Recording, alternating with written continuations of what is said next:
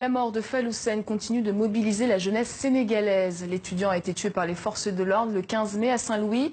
8 jours que ses camarades sont en grève. Sa mort a réveillé la crise qui couvait dans les universités. Les griefs des étudiants sont nombreux, à commencer par les mauvaises conditions dans lesquelles ils vivent. Reportage de Margot Chevance et Tchèque Berthet à l'université Gaston Berger. Rokhaya partage cette petite chambre avec 3 étudiantes.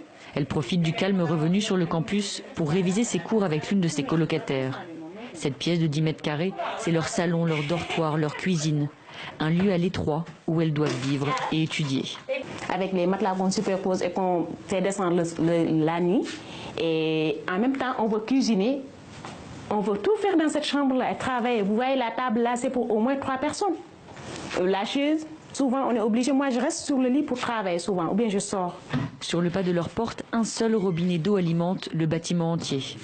Rokhaya remplit chaque jour 2 seaux pour sa chambre, mais ce matin, comme souvent, c'est la coupure générale.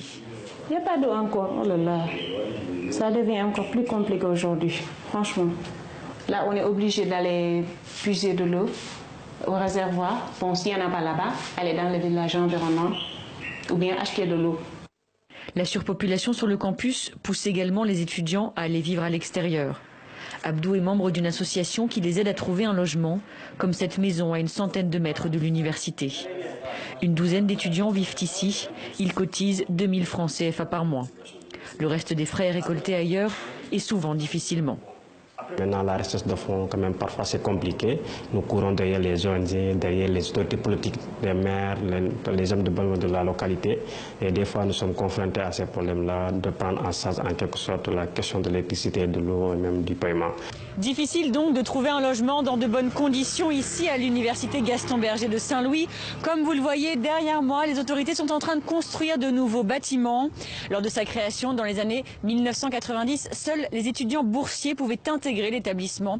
Mais aujourd'hui, les critères d'entrée sont plus souples et près de 10 000 personnes peuplent les amphithéâtres. Et sachez qu'une marche nationale des étudiants est programmée demain jeudi. Ils demandent que toute la lumière soit faite sur la mort de Fallou-Sen.